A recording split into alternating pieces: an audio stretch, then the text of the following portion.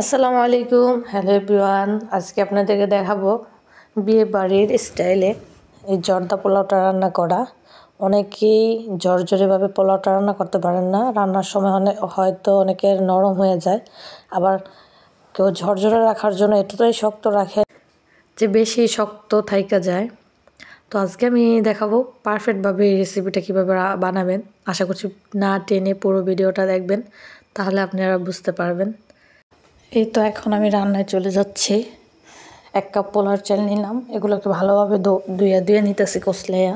পোলাওর চাল বেশি ধুইলে ঘ্রাণ চলে যায়, এই জন্য আমি দুইবার ধুমু আর পানিগুলো ফালাই নিমু। তারপরে এটারে একটা স্ট্রেনারে রাইখা পানিটা ঝরাই নিমু। আর এই তো কড়াই আমি পানি ফুটাইতে দিছিলাম, পানিটা ফুটানো হয়ে গেছে, বলক এসে পড়ছে। পরে আমি জর্দার রং আর লবণ দিয়ে দিছি এখানে। বেশ কিছুক্ষণ ফুটানোর পর এখানে আমি পোলাও চাল স্ট্রেনারে যে ঝরাই রাখছিলাম সেটা গরম পানিতে দিয়ে দিতেছি।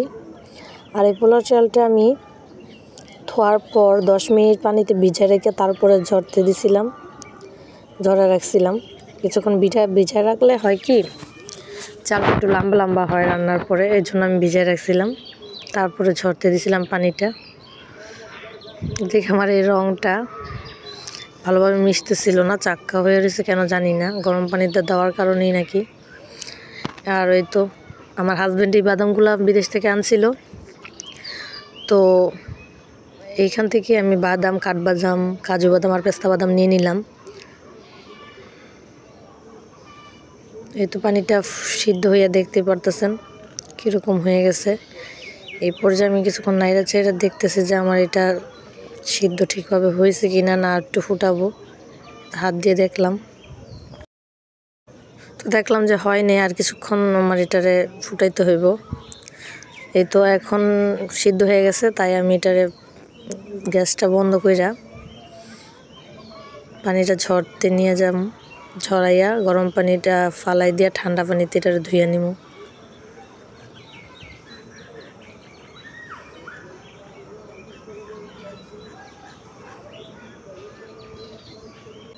আশা করতেছি চালটা দেখে বুঝতেই পারতেছেন কতটা শক্ত অবস্থায় নামাই ফেলছি আমি। একদম নরম করিনি, ভিতরে যে সাদা সাদা মানে টিপ দিলে ভিতরে চালটা গলবো না, একটা সাদা আঁশ থাকবে এই পর্যায়ে। এখন আমি ওই কড়াইটা আবার ধুইয়া চিনি দিয়ে দিতেছি। কড়াইটা বসাইয়া চুলার মধ্যে 1 কাপের মতো চিনি দিলাম। যে 1 কাপ আমি পোলাও চাল নিছি ওই কাপে মাইপা, কারণ যদি পোলাও চাল যেতটুকু নেই চিনি অতটুকু নেই, তাহলে মিষ্টির পরিমাণটা ঠিক হয়, আমার কাছে এটাই মনে হয়। যদি আপনারা কম বেশি খেয়ে থাকেন ওটা বুঝিয়ে দেন। আর এই তো এলাচ, দারচিনি, তেজপাতা এই সব কিছুই দিয়ে দিলাম। এখন বেশ কিছুক্ষণ ফোটার পর আমি এখানে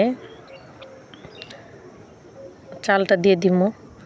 এখন আমি একটু জর্দা রং আবার দিয়ে দিলাম, কারণ ও তখন হালকা লাগতেছিল কালারটা। একটু মানে জর্দা কালারটা বেশি হইলে, গাঢ় হইলে দেখতে সুন্দর লাগে। এখন আমি মিক্স করে নিতেছি লাইরা চেরা। আর আমি এখানে একটু লবণও দিছিলাম, হয়তো এটা স্কিপ হয়ে গেছে কিনা জানি না। চালের মধ্যে লবণ দিতে হয়, পরিমাণ মতো একটু লবণ দিয়ে দিবেন এখানে। তারপর এখানে আমি চালগুলা এখানে ঢাইলা দিব শিরার মধ্যে। এই তো আপনারা যদি আমার প্রসেসটা দেখা, আমার এই রেসিপিটা দেখা পুরো না টেনে ভিডিওটা দেখে রান্না করেন, আশা করি আমার মতো এই ঝরঝরে একটা জর্দা আপনারা রান্না করতে পারবেন, পারফেক্ট একটা রেজাল্ট পাইবেন। এই তো এখন এই পর্যায়ে আমি এখানে লো আছে এই চালগুলারে পুরা সিদ্ধ করে নেব। তখন তো পুরা সিদ্ধ ছিল না, 18% ছিল। এই তো মুরব্বা, কিশমিশ আর এই বাদামগুলোর কাইটা রাখছিলাম আমি। চালটা ভিজা থাকা অবস্থায় আমি এখানে সব কিছু দিয়ে দিছিলাম, এই যে বাদাম আর কিশমিশগুলো, যাতে ওগুলোর মধ্যে চিনি শিরাটা একটু যায় আর মুরব্বাটাও একটু নরম হয়ে আসে। এখন মুরব্বাটা একটু শক্ত হয়ে গেছে, যেহেতু মুরব্বা ও চিনি শিরার বানানো। এখানে সবগুলো এভাবে চাইপা রেখে দিয়ে ঢাইকা দিয়েছিলাম। এরপরে এই তো দেখতেছেন আমি টিপ দিলেও কিন্তু নরম হইতেছে না, দেখতেই পারতেছেন চালগুলো কতটা শক্ত জোরে আছে। পারফেক্টভাবেই হয়ে গেছে আমার এই জর্দা সেমাইটা। তো আজকের মতো বিদায় নিতেছি আপুরা, আশা করছি অন্য কোনো ভিডিওতে আবার দেখা হবে। তো এই পর্যন্তই, সবাই আমার জন্য দোয়া করবেন। আর পরবর্তী ভিডিও পাওয়ার জন্য আমার চ্যানেলটাকে সাবস্ক্রাইব করে রাখবেন। আমি নতুন, তাই আশা করছি আমার পাশে থাকবেন। নতুনদের এগিয়ে যাওয়ার জন্য আপনারা সাহস দেবেন।